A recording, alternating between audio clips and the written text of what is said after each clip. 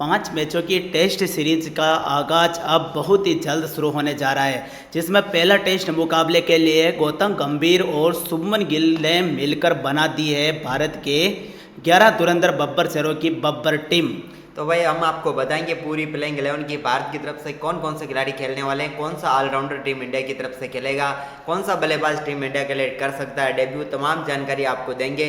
साथ में हम आपको इंग्लैंड की प्लेइंग 11 भी बताएंगे कि भाई इंग्लैंड किस दमदार प्लेइंग 11 के साथ उतर रही है, क्योंकि इंग्लैंड में बैंड बजाना है तो भाई इन 11 बब्बर शहरों को तो मैदान पर उतारना पड़ेगा ना। और भाई ये सीरीज भारत के लिए काफ़ी महत्वपूर्ण सीरीज है, क्योंकि रोहित और विराट के बिना और युवा बब्बर शहर किस तरह दहाड़ते हैं, उन्हीं के सरजमी पे जाकर ये देखने लायक बात होगी। और उनका बैंड बजाना है, उनका सुपड़ा साफ करना है और सबसे पहले पहला टेस्ट मुकाबला जीतना है। भाई पहला टेस्ट मुकाबला जीतकर आगाज कर दिया तो भाई काफ़ी कुछ कमाल कर देगी शुभमन गिल की कप्तानी में टीम इंडिया। तो चलिए हम विस्तार से बात करते हैं कि आखिरकार कौन कौन से ऐसे खिलाड़ी हैं जो टीम इंडिया की तरफ से कमाल कर सकते हैं। सबसे पहले तो भाई आपको साइड में फोटो दिख रहे होंगे, ये सबसे महत्वपूर्ण खिलाड़ी है इस सीरीज में। शुभमन गिल तो सबसे महत्वपूर्ण है, कप्तानी करेंगे। यशस्वी जायसवाल, KL राहुल और ऋषभ पंत स्पाइडरमैन टेस्ट का धुरंधर बल्लेबाज है। KL राहुल सबसे एक्सपीरियंस खिलाड़ी है और यशस्वी जायसवाल जेस बॉल जैसा बेसबॉल जैसा कोई है ही नहीं, और ऐसा परफॉर्मेंस हमें देखने को मिलने वाला है। लेकिन भाई अब तक सभी बल्लेबाजों ने तो अच्छा परफॉर्मेंस किया है। जहाँ तक देखा जाए तो इंडिया के लिए भी KL राहुल ने काफ़ी शानदार परफॉर्मेंस किया। इंडिया स्क्वाड में मुकाबले में भी इन्होंने काफ़ी शानदार खेल खेला।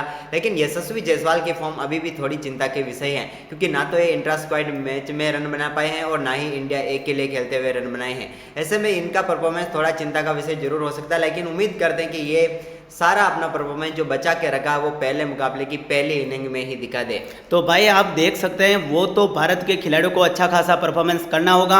सबसे पहले हम नज़र डाल लेते हैं इंग्लैंडियों की, क्योंकि इंग्लैंड अपने घर पर खेलेगा तो सबसे मजबूत होगा। क्योंकि इंग्लैंडियों को इंग्लैंड के घर में बजाना है तो इनके खिलाड़ियों को तो आउट करना ही पड़ेगा ना भाई। ये और इनके प्लेइंग 11 पर आप नज़र डाल सकते हैं, कितनी ज़बरदस्त, कितनी खूंखार और सब आक्रामक रवैये के साथ बल्लेबाजी करते हैं।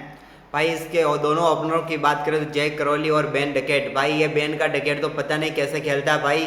ये तो ओडीआई की तरह खेलता है यहाँ पर टेस्ट को भी, और जैक क्रॉली भी कुछ ऐसा ही खेलता है। तो ये दोनों का परफॉर्मेंस यहाँ पर काफ़ी कुछ कर सकता है, काफ़ी कुछ कमाल कर सकता है। यानी कि आक्रामक शुरुआत तो आक्रामक ये खेलते तो फिर मिलेगी ही। इसके साथ ही ओली पोप हो, जोई रूट हो और हैरी ब्रूक्स, साथ ही बेन स्टोक्स, ये इनका मिडिल ऑर्डर रहने वाला है। और मिडिल ऑर्डर में भाई साहब फायर है। फायर मतलब पूरी की पूरी टीम फायर बनी हुई है। इनको आउट करना भाई साहब सबसे पहले यही जरूरी होगा यदि पहले टेस्ट मुकाबले को जीतना है।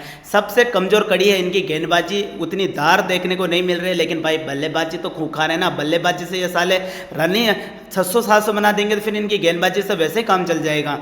बिल्कुल भाई, जेमी स्मिथ और इसके शानदार बल्लेबाज हैं। इसके अलावा गोस एटिंगसन, जॉस स्ट्रॉन्ग और सैम कुक के साथ शोएब बशीर, भाई ये टीम पूरी की पूरी कमाल कर सकती है। गेंदबाजी में उतना अनुभव नजर नहीं आता, लेकिन फिर भी देखा जाए तो अच्छा खेल दिखा सकती है टीम। यानी कि इंग्लैंडियों को बैंड बजाना है तो भाई भारत के तो इन 11 धुरंधर खिलाड़ियों को मैदान पर उतारना पड़ेगा ना भाईजान, क्योंकि ये वो खिलाड़ी है जो भाई साहब धुआंधार तरीके से, धमाकेदार तरीके से इंग्लैंड को इंग्लैंड के घर में भाई साहब चड्डी गिल्ली करवा सकते हैं। और सबसे पहले ओपनर खिलाड़ियों की बात करें पहले टेस्ट मुकाबले के लिए, यशस्वी जायसवाल के साथ भाई साहब KL राहुल हमें ओपनिंग करते हुए दिखाई देंगे। KL राहुल जो बंदा ऑस्ट्रेलिया में जाकर झंडे गाड़ कर आया तो इंग्लैंड में क्यों नहीं गाड़ेगा वहाँ पर भी। और जेस बॉल भी बेस बॉल की तरह खेलेगा और धज्जियाँ उड़ा देगा। बिल्कुल भाई, दोनों बल्लेबाजों को काफ़ी शानदार परफॉर्मेंस करना होगा, क्योंकि टीम इंडिया की आधी से ज़्यादा उम्मीदें तो इन दोनों के ऊपर रहेगी।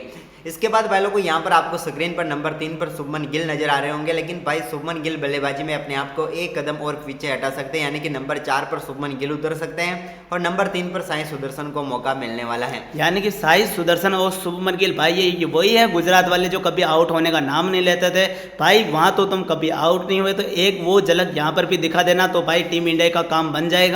और ये 4 टॉप ऑर्डर के 4 खिलाड़ी भाई साहब, सबसे बड़ी उम्मीद इनके ऊपर ही रहेगी।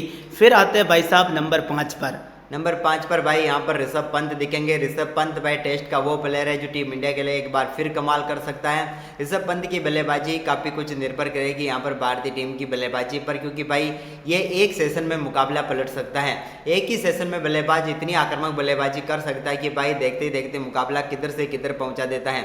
तो ऋषभ पंत महत्वपूर्ण बल्लेबाज होंगे। वहीं नंबर 6 पर खेलेंगे भाई साहब जिसने दोहरा शतक जड़ दिया है अभी इंग्लैंड की सरजमी पर खेलते खेलते, वो है करुण नायर। भाई साहब नाम बंदे में दम है, तभी तो भाई साहब इसका नाम सबसे पहले आया है इस सीरीज में। और इस बंदे को खिलाया जाएगा, अनुभव है, सब कुछ इसके साथ ही चल रहा है धुआंधार तरीके से, और ये खिलाड़ी अच्छा खासा परफॉर्मेंस करके दिखा देगा। इसके बाद नंबर 7 पर रविंद्र जडेजा उतरेंगे। रविंद्र जडेजा बल्ले से कमाल कर सकते हैं। गेंद से यहाँ पर भले ही ज़्यादा मदद ना मिलेगी, लेकिन फिर भी ये विकेट चटका कर दे सकते हैं। रविंद्र जडेजा वो गेंदबाज है जिसे पिच से मदद ना भी मिल रही हो, फिर भी ये विकेट लेकर दिखा सकता है, तो इनके ऊपर काफ़ी कुछ निर्भर करेगा। और उसके बाद नंबर 8 पर खेलेंगे शार्दुल ठाकुर। भाई शार्दुल ठाकुर को मौका इस वजह से मिलेगा क्योंकि भारत की बल्लेबाजी काफ़ी मजबूत है। जब भी भारत को विकेट की जरूरत होती है तो आपको पता है किसको बताना है, तो लॉर्ड आएगा और विकेट लेके जाएगा। एक ओवर में दो भी चाहिए हो तो भाई को कह देना, वो लेके दे देगा। और ये काम इसने कई बार किया है, लाखों बार किया होगा, और भाई एक बार और करने के लिए तैयार है। इसके बाद भाई लोगों नंबर 9 की हम बात करें तो यहाँ पर जसप्रीत बुमराह आपको दिखेंगे। नंबर 10 पर आपको प्रसिद्ध कृष्णा दिखेंगे और नंबर 11 पर मोहम्मद सिराज दिखने वाले हैं।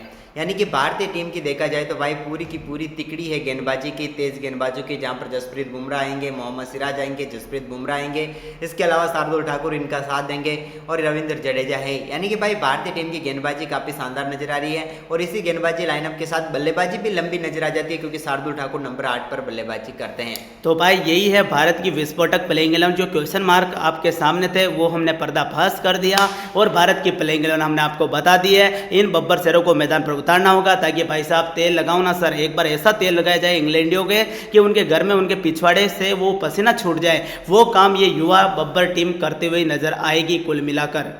तो भाई लोगों आपको क्या लगता है भारतीय टीम इस प्लेइंग 11 के साथ पहले टेस्ट मुकाबले में दमदार परफॉर्मेंस कर पाएगी? हमें अपनी राय कमेंट बॉक्स में जरूर दें और इस वीडियो को जितना हो सके उतना अपने दोस्तों के साथ ज़्यादा से ज़्यादा शेयर जरूर करें। और ये बता दें आपके अनुसार क्या होनी चाहिए भारतीय टीम के प्लेइंग 11? आप किस खिलाड़ी को मौका दे रहे हैं? इसको मौका मिला तो ये अच्छा कर सकता है इस सरजमी के ऊपर, उस खिलाड़ी का नाम भी कमेंट कर दो यार। हमने हमारी बता दी तो आप ही अपनी बता दो प्लेइंग 11 भाई।